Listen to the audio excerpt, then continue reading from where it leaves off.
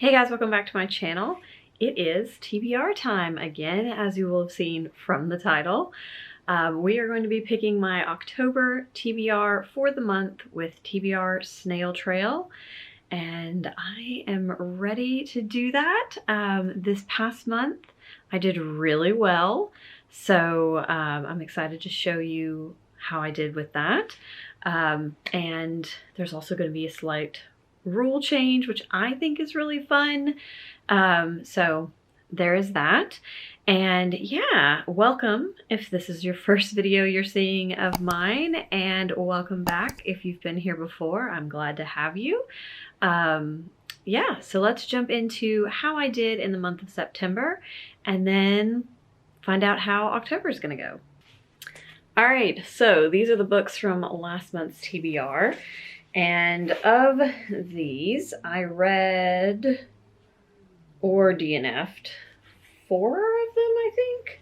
So I read these 3. So A Burning, The Feeling of Falling in Love, and Do You Dream of Terra 2? So I read all 3 of those.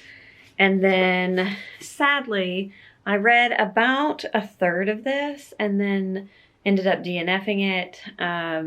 Thing about this book is that the majority of this book has to do with religion and religious trauma and abuse. And that is something that I don't do well with. And I think had I known that going in, I probably wouldn't have attempted this. So sad to say that I DNF'd this, but I gave it a shot. It just wasn't for me. And then these 3 books, I actually started Newsroom Confidential, so I'm currently reading this, though I am only about 10 pages into it. But I did start this a couple of days ago, so that I will be continuing to read this month. And then The Marriage Portrait and The Travelers, I didn't touch at all. So this is where my new rule is going to come in.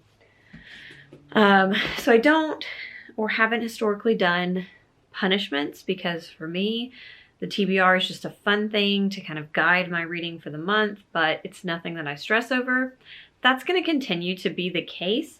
However, I am introducing a new rule that has to do with the books that I didn't finish for the month. So the way this is going to go is for any book that I didn't finish or start. So Newsroom Confidential, for instance, I started it. Yes, I'm only 10 pages in, but I intend to keep reading it. It wasn't like I just started some pages to say I had started it. I intend to continue reading it. So as long as I have started it and plan to continue reading it or DNF'd it, then I don't have to do this. But for those books that I have not touched, did not start, definitely haven't finished, for those, I'm going to be adding an obstacle to the board. And what that means is that there are 24 spaces on the board, and I'll be doing a random number generator to select which of the 24 spaces that the obstacle goes on. And this does only pertain to those spaces that are blank. So there are puddle spaces and TBR game spaces. Those 2 spaces types will not get a obstacle. So I'm going to random number generate the space 1 through 24 and then put an obstacle on it. The obstacle means that for that space, if I land on the space with the obstacle, I have to combine 2 prompts. So I will pick 2 cards and then I have to combine them. So that is what I'm adding. I added this because, 1, I do want to incentivize myself to read the books on my TBR because I do these things to kind of structure a TBR to kind of help me focus on things to read from my physical shelf. But also because one of the things that I do miss from my previous TBR game was that doubling up of prompts. I thought that was really fun. And to be honest, I'm kind of finding the TBR Snail Trail to be slightly boring as compared to that. So I'm trying to find ways to spice it up, make it more fun. If you have suggestions, I would love that. Any suggestions that you have for ways that I could make the game a little bit more dynamic, I would absolutely take. So put those down in the comments for me and I will check those out. But with all that said, let's jump over to the board and I will show you where the obstacles are going to go, and then we will get to rolling. I also, and I'll talk about this in a minute, you'll hear why, but basically I'm not going to be doing the part where I roll multiple dice because I was getting a little bit frustrated with the inability of me to see the actual numbers on the die once I started the game. So I have found a die that I think will be better for that. And yeah, let's jump in and do all the things. All right, so I'm actually going to be just rolling this D12 this time instead of rolling the 3 and all of that complicated nonsense. Mostly just because I have only been able to find a high contrast D12. The low contrast to the numbers to the actual die on all of my other dice are getting on my nerves. They're hard to read on the camera. So I've got this one that's got more high contrast, and I hope this helps people see the numbers. I've got my little soft snail here. My cards have been shuffled. And then, like I said in the intro, I have my little obstacles, if you will. So I will be using my phone to generate some, like a random number for each of these to put on the board. There are 24 spaces that aren't either a puddle or a snail friend, so I'm going to be putting 1 through 24, and we'll see what we land on. So let me do that, and then we'll get to rolling. So I'm going to generate.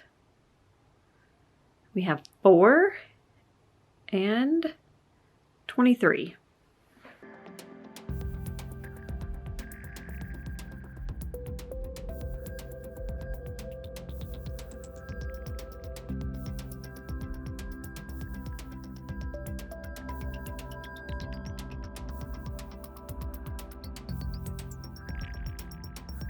So roll number 1, we landed on TBR Game.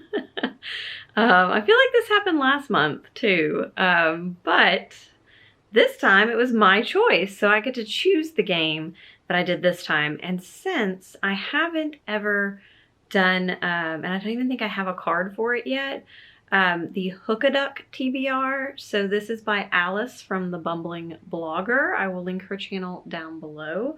I think this is such a fun TBR game because when I was a kid, I used to go to this sad amusement park near here called Lake Winnie or Lake Winnipesaukee, and they had a Hook-a-Duck game that I adored. I think they still have it. Anyways, so that's what I decided to play. I will insert footage of here. I use my bathroom sink, so here you go. Enjoy me picking my duck for Hook-a-Duck.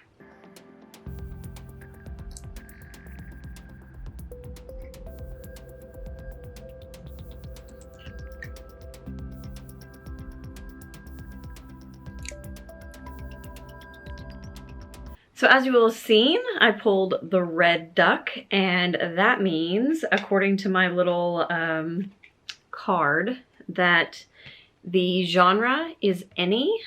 So the way that Alice does it, she has a genre card, so each of these stand for a different genre.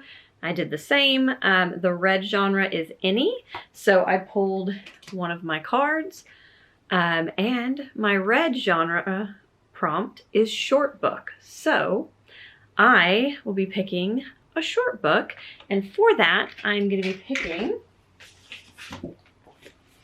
The House on Mango Street by Sandra Cisnero. I don't know a ton about this story, but I do know it's about a little girl who moves around a lot, and then it's kind of about her experience with this house on Mango Street. This is actually a book that my 13-year-old niece had to read for school, and my mom, who's not a huge reader, read it as well and really enjoyed it, and my niece really enjoyed it, so my mom gave me this, and I've been meaning to read it since they went back to school in August, so I am getting to it now. It's very short. It has a lot of vignettes. For some reason, I feel like this is a book that Stephanie from Time to Read might have talked about quite a lot several years ago, because when I saw it, I felt like it rung a bell for some reason. So I'm excited to finally get to this one. This book is only 110 pages, so very much a short book.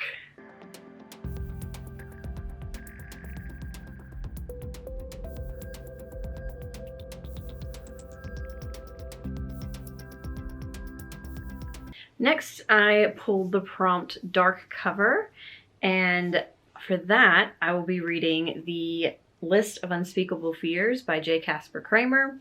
I read J. Casper Kramer's previous book, which was called The Story That Cannot Be Told.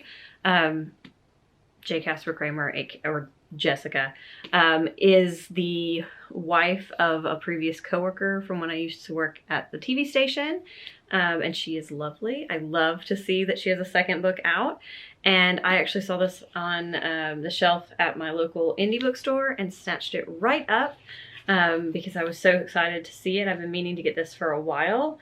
This is a ghost story, so perfect for the time. I'm not really a spooky story reader, but I'm reading it because it's Jessica.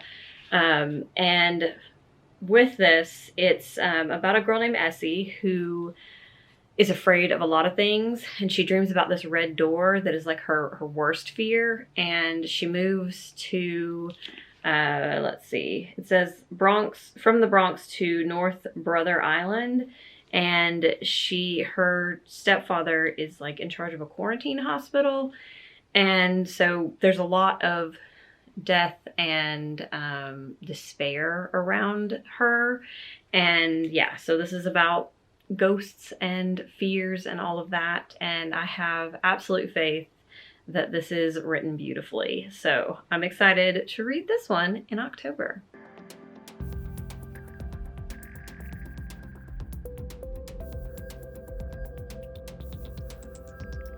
All right, so another TBR game. This time I did not get to choose. The cards chose for me, and they chose Ring of TBR, which is another TBR game that I absolutely love.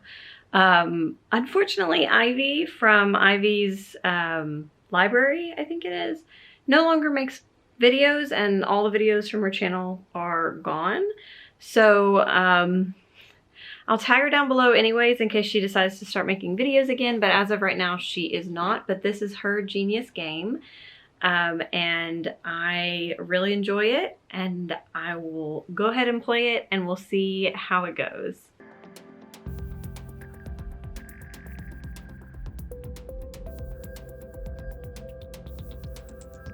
All right, well, I will pop up here the prompts that I have. I have this card from previous because I did end up playing her game one other time, so I had this graphic from before, and this is Ivy's original graphic. I did not create this, but these are the different prompts for the different cards, and as you will have seen, I drew an ace, and that ace is any book I want, which is kind of great. You gotta love a free pick.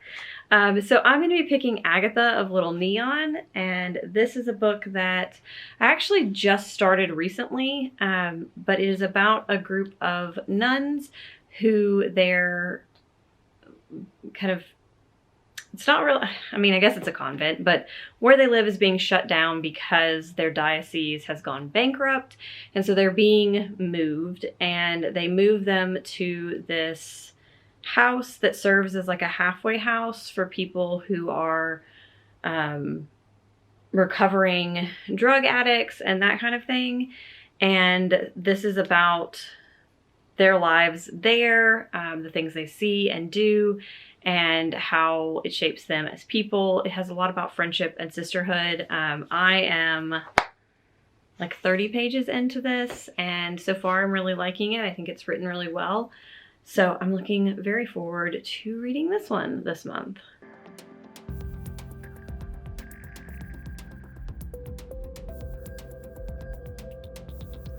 So next I pulled the translated card, and I actually only have 2 translated books on my whole shelf, which I feel like is a shame. So if you have recommendations for translated fiction, please, please, please leave those down in the comments as well, because I would love to find more translated fiction that you guys recommend. So send them my way. But what I did end up picking is something that intimidates me just a little bit.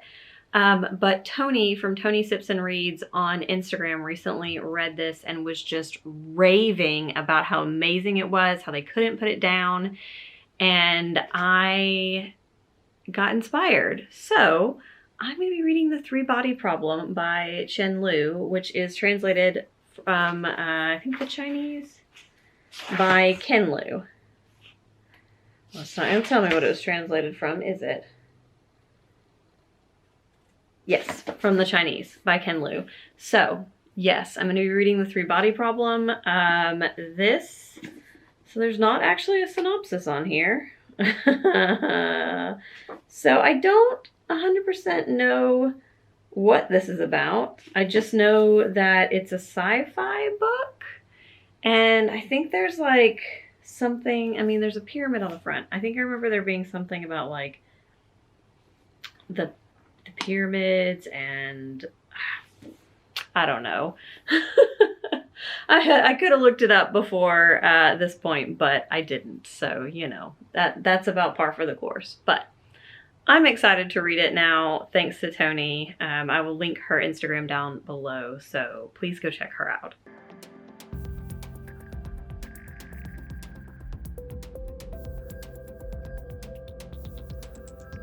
The next card I pulled was Mysterious. So I went on Storygraph and I sorted my owned books by Mysterious. And I had quite a few options and a lot of things I really wanted to read, honestly. But I ended up going with A Snake Falls to Earth by Darcy Littlebadger. This is a story about a Lapin girl and a cottonmouth kid. The cottonmouth kid is an animal person. And I think it's about their worlds kind of colliding, and yeah, it is a story with a lot of Native American folklore in it from what I understand.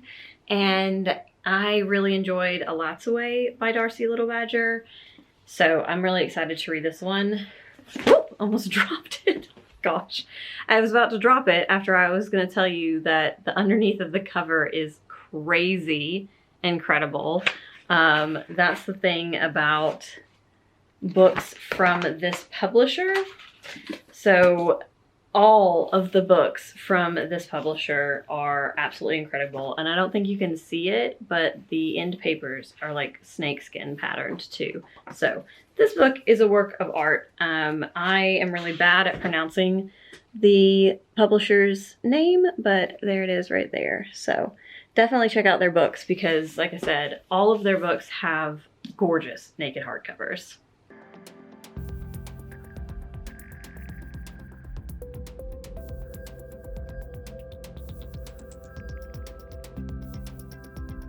For roll number 6, I got Set in Space, and I have quite a few options for this because I do really love sci-fi, but I am opting to go for Visser. This is the, it's like number 35.5 or something. It's basically the Visser Chronicles book that we get a look inside the mind of a Yeerk as part of the Animorphs series.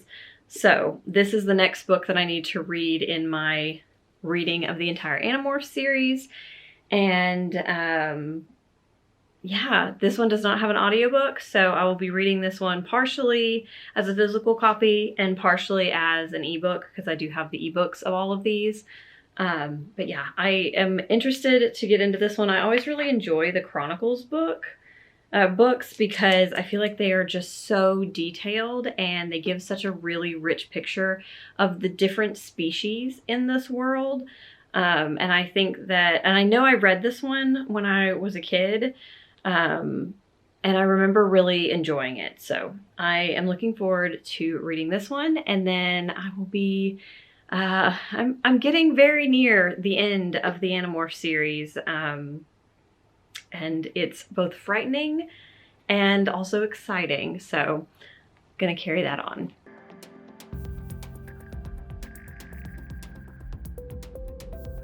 All right, and I also sort of changed up the way that I am doing that last roll. It's still whatever the die rolls at the end is the book in the stack that I pick, but I am actually putting that stack together after I've picked out the other books versus the other way around, just because it ended up being easier based on kind of how I film these things. So I picked out the books and had my husband rearrange them for me. So this is the stack of books. If you want to see what all they are, you can pause them. These two that are facing backwards are two books that are on their way to me from Barnes & Noble. And that is the Romance Agenda and their Endless Numbered Days. Both of those books are on their way from Barnes & Noble. This top one is the Romance Agenda. This bottom one is their Endless Numbered Days.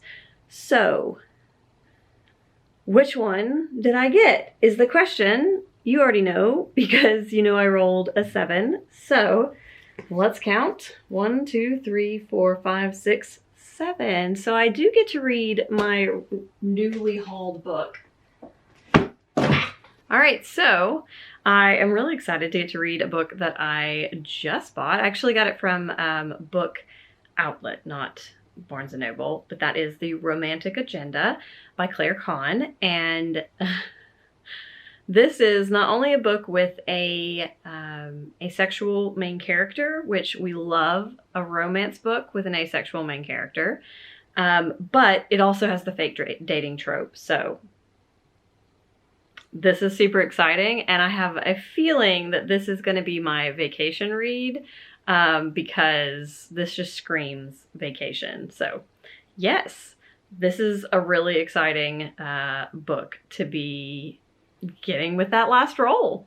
So there are the books that I'm going to be reading in October, plus obviously the Romantic Agenda. I'm quite excited about this stack. This is a good size and number of books for me. Varied subject matter and just really exciting. I feel like my physical TBR has gotten to a point where I am very interested in the majority of the books on my shelf, and I think that's a testament to me reading down my physical TBR and not letting them just sit there for years. So I'm still very interested and excited in most of the things on my physical TBR at this point. But yeah, I hope you guys really enjoyed this video, and if you are new here, I would love for you to subscribe and stick around. And yeah, hope you guys are having a wonderful day, and I will see you next time. Bye!